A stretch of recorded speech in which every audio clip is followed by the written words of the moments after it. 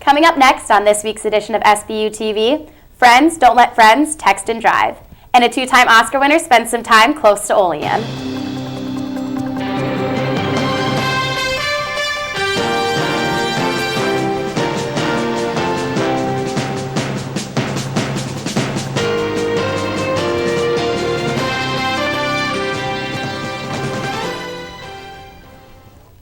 Hello and welcome to this edition of SBU TV. I'm Lauren Adams. And I'm Mike Connors. You better think twice before texting and driving. The Transport Research Laboratory conducted tests showing that reaction time is reduced by 35% while texting, 23% higher than that of drinking while driving. The driver pulls on the road with things like the radio, chatty passengers, and other drivers distracted. Now add one more to that list. Text messaging.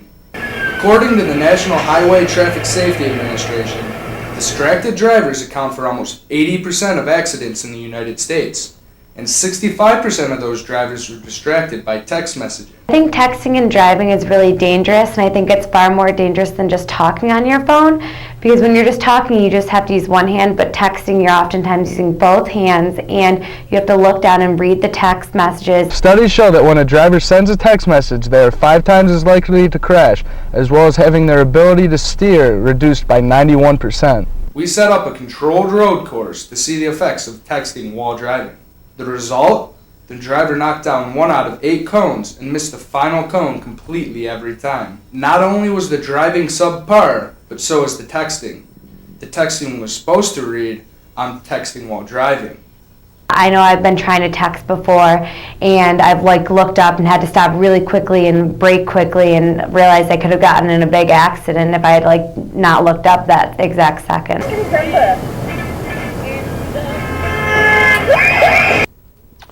Over 1 trillion texts were sent while driving last year, according to the laboratory.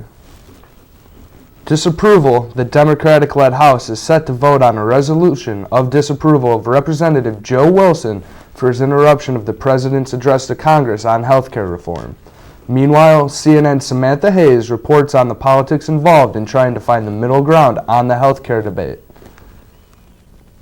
Behind closed doors Monday, an opportunity for compromise. 3 Democrats and 3 Republicans, all senators on the Senate Finance Committee, tasked with coming up with a bipartisan proposal on health care reform. Signs progress was made. I pulled everybody out of my conference room so we can go to my personal office and speak, just the 6 of us, for about a half hour, 45 minutes, getting down to the bottom line. Okay, where's everybody here?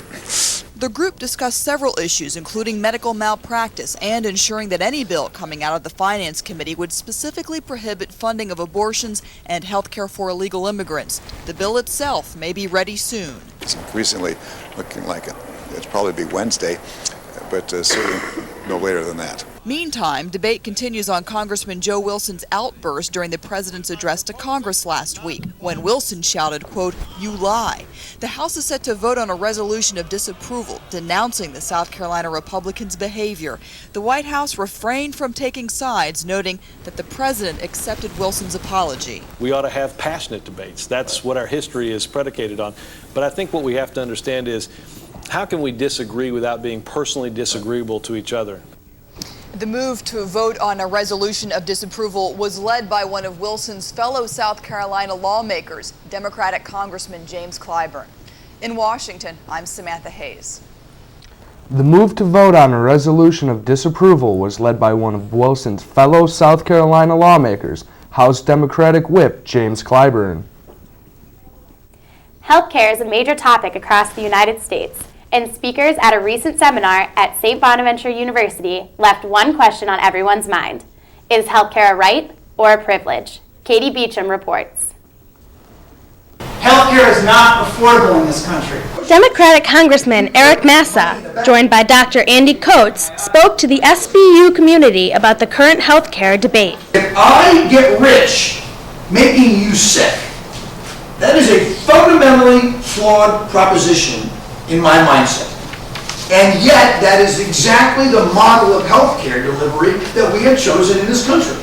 So what do you do when health insurance is unaffordable? You go from young, healthy, and immortal to sitting in an emergency room with a $500,000 bill. Aiming his remarks at an audience half composed of college students, If you are a student in this audience, raise your hand. Massa focused on what happens when they leave school and are no longer covered. You're in a bad position. And here's why. The day you graduate, you will be at one of the most vulnerable moments of your life. Because you will not have health insurance unless you have a guaranteed job waiting for you that provides it. During the 2-hour seminar held here at Walsh Auditorium, Representative Massa and Dr. Coates gave those who attended a look at just how necessary healthcare is for everyone. It never occurred to me, because it was the right drug for the condition. It was exactly the right thing to do according to the science. It never occurred to me that I had to learn how the patient would be paying before I could make that prescription. I'll conclude by saying this. We're talking about something that's not going to happen. Single-payer health care was taken off the table in the national grid. It was set aside. And unless this nation, from the bottom up, demands what has become largely to be seen as the most logical, most ethical, most efficient, least expensive method of health care delivery, it's not going to occur. For SBU TV, I'm Katie Beacham. Massa said on average around 18,000 people die a year in the United States because they don't have health insurance. Hollywood comes to Olean. Charlie Specht has the story. The next time you see this train, it might be in a major Hollywood movie. Cast and crew from the Denzel Washington movie Unstoppable filmed this scene last Friday near King Street in Olean. Very surprising to see East Olean, New York, being transformed into a movie set that's going to be a major Hollywood movie with Denzel Washington. We had a good time with it. I had a great time. You know, get up 4 o'clock in the morning, go stand with the crew and all them, and spent the whole day with them. It was a great experience for myself as well as the city. They ate in our restaurants, but it was great. It was nice. Carucci said Unstoppable representatives chose Olean because of positive reviews from the History Channel, which filmed inside the Cutco factory in 2007.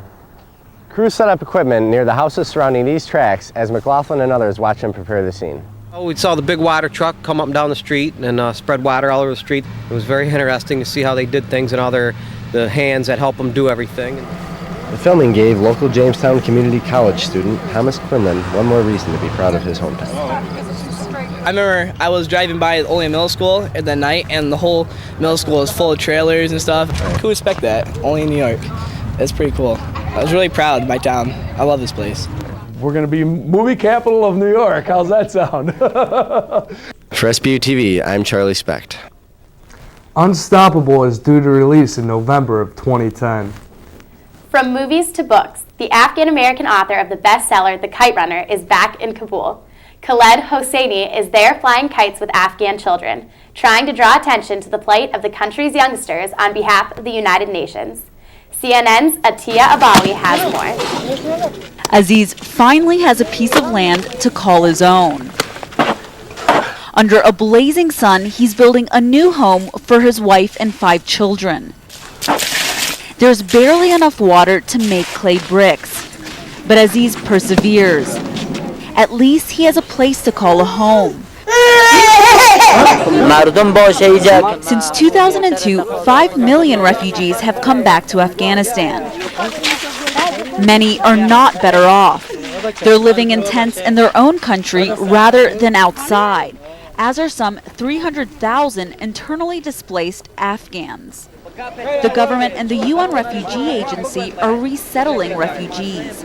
But here, at least, the process is struggling. In the land allocation program, the UNHCR, as well as the Afghan government, provided plots of land for 4,000 families. Around 550 families actually started building houses here, but only 200 remain because many people had to leave to find jobs to feed their families. Because these plots are in the middle of a parched valley an hour outside of the capital.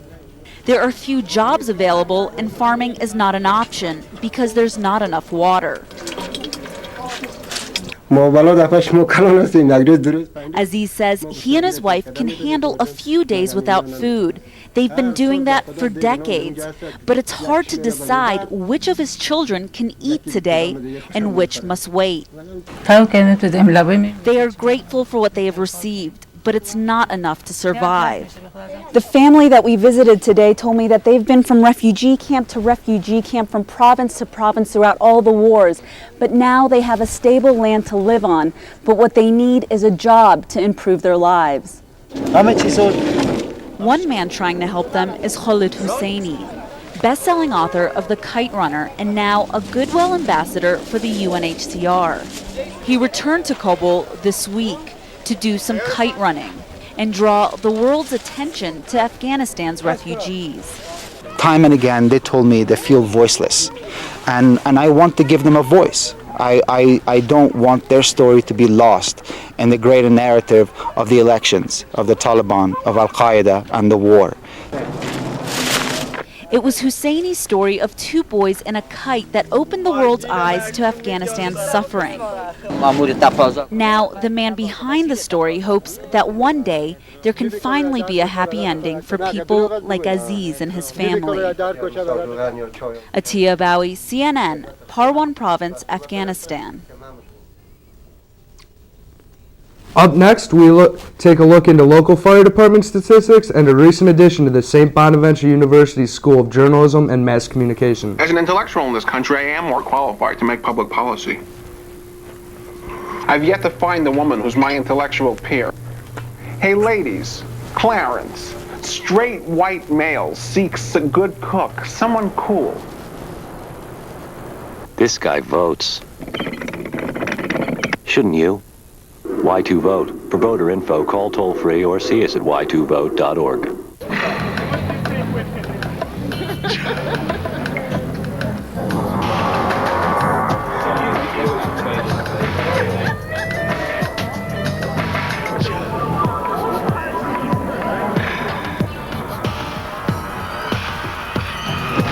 One out of every 10 children in America is sexually abused before the age of 18.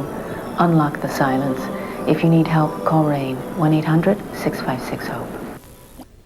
While it's called the fire department, today, men and women in that service spend more time on other things. Olean Department of Fire, Buildings, and Emergency Services sent out its annual letter to the residents of Olean, detailing the number of emergency calls received throughout the year. According to the report, there were 5 times more ambulance calls than fire calls. Lieutenant Steve Wolf said, "Unfortunately, the number of emergency calls we receive increases each year. Last year, there were 1,429 ambulance calls and 256 fire calls. Even with the substantial numbers of ambulance calls, only 18 of the 57 members of the fire department are trained emergency medical technicians. The fire department wants to assure the residents of Olean that despite the lack of trained EMTs, there are always medical technicians available." St. Bonaventure's journalism program has a new addition, and many students are getting on board. I took a closer look. It's a giant box stuffed with electronics, but it's a classroom for 14 St. Bonaventure journalism students this semester. I think it's an incredible opportunity for the students here.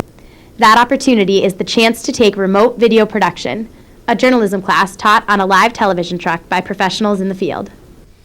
Well, I'm hoping to introduce the students to the world of electronic graphics, which is all the lower thirds and graphic names and scoreboards that you see on screen during a telecast. The technical part of it is what my expertise is in. I think it's really important for the students to understand how things get back and forth in a truck. Along with these instructors, network cameraman Dan Niebrith was also on hand to teach techniques of the handheld shoulder-mounted camera. St. Bonaventure is the only college in the country that owns a truck like this for classroom instruction in live sports game broadcasts. I believe that adding a TV production remote truck like this really brings this department to the next level. The course will enable students to learn how to cover sports live on campus in future months. They hope to be doing events before the snow flies. 14 students have been pioneers as they're the first to take a course on this 48-foot, 40-ton truck. One is junior Kevin Clark, who recognizes the rarity of a truck like this. It's a big opportunity that we have to learn on a system like this that no other students in the country can really learn on. For SBU TV, I'm Lauren Adams. Remote video production will be offered to more students in upcoming semesters. St. Bonaventure showed its patriotism last week as the campus stopped to mark a tragic day in history. Pause this morning to remember those who tragically died 8 years ago today. St. Bonaventure University continued its annual September 11th commemoration this year on the attack's 8th anniversary. Students, faculty, and employees attended the event to commemorate the tragedy. Came to pay my respects to all the 9/11 heroes that tragically died that day. The 10-minute ceremony began with a welcome prayer said by Vice President for University Ministries, Donius, and concluded with the placing of flowers on the memorial. The ceremony was more than just a campus event, though. Local American Legion members, the Allegheny Fire Company volunteers, and others from the community were on hand. I'm very glad to see that this university is doing something for 9/11, and it hasn't been forgotten, and it's a great ceremony, and we're glad to be here. The annual event also marks the loss of lives of St. Bonaventure University alumni, whose names are engraved on the memorial stone. For SBU TV, I'm Christy Andrzejewski. Dirty Dancing star Patrick Swayze has lost his battle with cancer, and President Obama isn't the only one to be interrupted. Taylor Swift supporters are coming out of the woodwork to denounce Kanye West's behavior at the VMAs. CNN's Nanette Sosa has it all coming up in today's Hollywood Minute.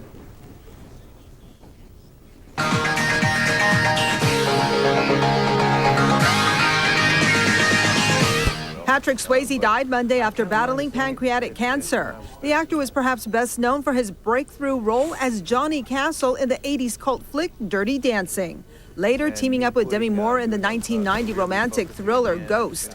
Swayze confirmed he was suffering from the debilitating illness in 2008, but still pressed on with his acting career, playing an FBI veteran on A&E's The Beast. Patrick Swayze was 57 years old.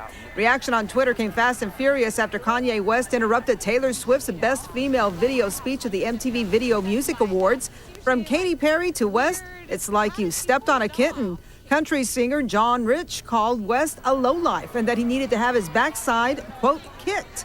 Pink, also nominated for Best Female Video, called him the biggest piece of expletive on earth. West did apologize on his blog, saying he was, quote, sorry to Taylor Swift and her fans and her mom, but added that Beyonce's Single Ladies video was the best of the decade. For Hollywood Minute, I'm Nanette Sosa reporting from Atlanta. That's all for this week's edition of SBU TV. Until next week, I'm Mike Connors. And I'm Lauren Adams. For all of us here in the Coop Lab, thanks for watching.